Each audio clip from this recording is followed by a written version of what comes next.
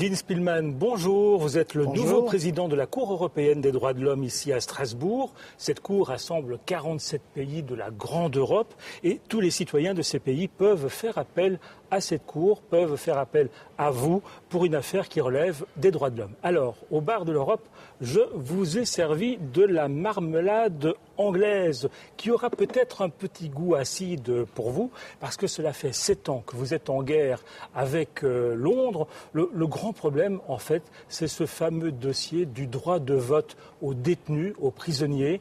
La Grande-Bretagne a décidé de supprimer ce droit et c'est une affaire de blocage entre vous. Oui, comme vous l'avez dit, nous avons rendu un arrêt il y a des années déjà. Nous avons décidé que l'interdiction générale et sans nuance du droit de vote qui frappe les détenus est contraire à l'article 2 du protocole et effectivement le Royaume-Uni doit exécuter cet arrêt. Mais alors on a l'impression quand même que David Cameron se moque un petit peu de cet arrêt. Est-ce qu'il y a des sanctions possibles ? Alors il appartient au comité des ministres de surveiller l'exécution de cet arrêt. Le protocole 14 à la Convention a introduit un mécanisme qui permet au comité des ministres de ressaisir la Cour en cas d'inexécution d'un arrêt, mais on n'en est pas encore là. J'espère que le Royaume-Uni exécutera prochainement cet arrêt. Alors, David Cameron, toujours lui, dit la Cour européenne des droits de l'homme s'occupe de dossiers beaucoup trop futiles. Elle fera beaucoup mieux de s'occuper des véritables violations des droits de l'homme. Et c'est vrai qu'il y a quand même 150 000 dossiers en attente. Il n'a pas tout à fait tort. Oui, il est vrai que et nous faisons des efforts pour traiter les dossiers les plus importants. D'abord, nous avons introduit un système de prioritisation qui nous permet de traiter d'abord des affaires importantes, mais le dossier de vote des détenus est un dossier important. Ce n'est pas une affaire sans importance.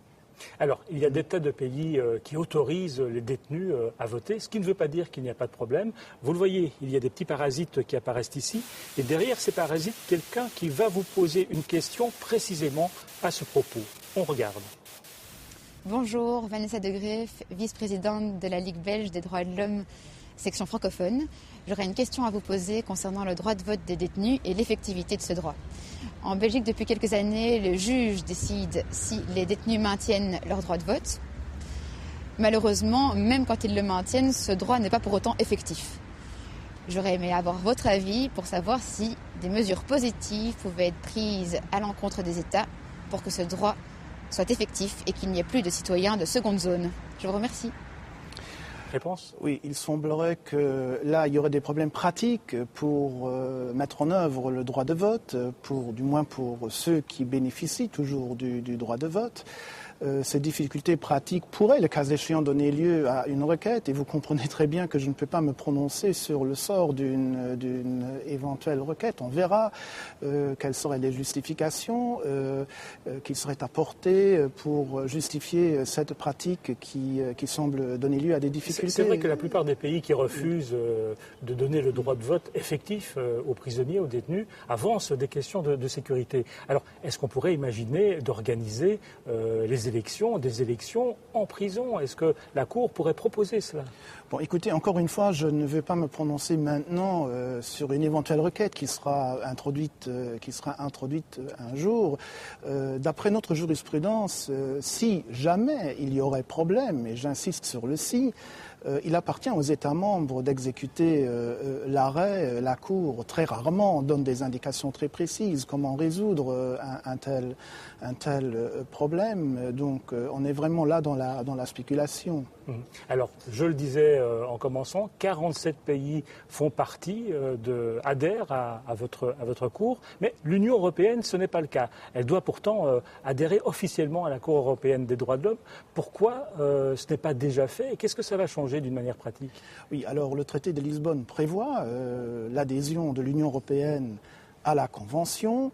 C'est un processus de longue haleine, évidemment, parce qu'il y a des questions techniques qui doivent être résolues. Il y a maintenant un projet d'accord d'adhésion qui a été élaboré. Certaines questions techniques doivent être résolues, mais je fais confiance aux responsables qu'ils trouvent des solutions à ces problèmes techniques. Je pense à la question de l'épuisement des voies de recours internes dans un contexte de l'Union européenne. Je pense à des questions liées à une co-responsabilité entre l'Union européenne et un État membre donné qui exécute une mesure de l'Union européenne, donc une disposition.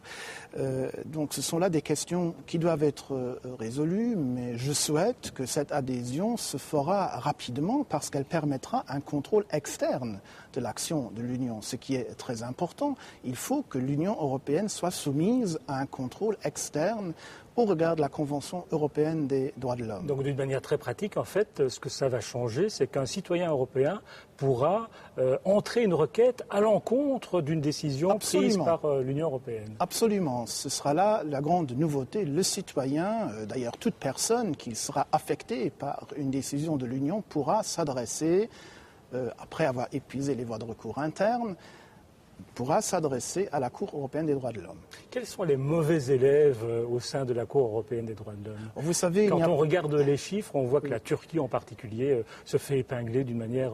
J'hésite toujours d'épingler tel ou tel pays comme mauvais élève. Il y a des États qui ont beaucoup de requêtes qui sont pendantes, c'est vrai, mais même des petits pays peuvent avoir des problèmes de temps en temps et aucun pays n'est à l'abri d'une requête qui sera portée devant nous. Merci Dean Spillman d'être venu au C'est Bar moi de qui vous l'Europe. remercie. Et on peut goûter, même si elle aura peut-être un petit goût acide, cette marmelade anglaise. J'adore la marmelade.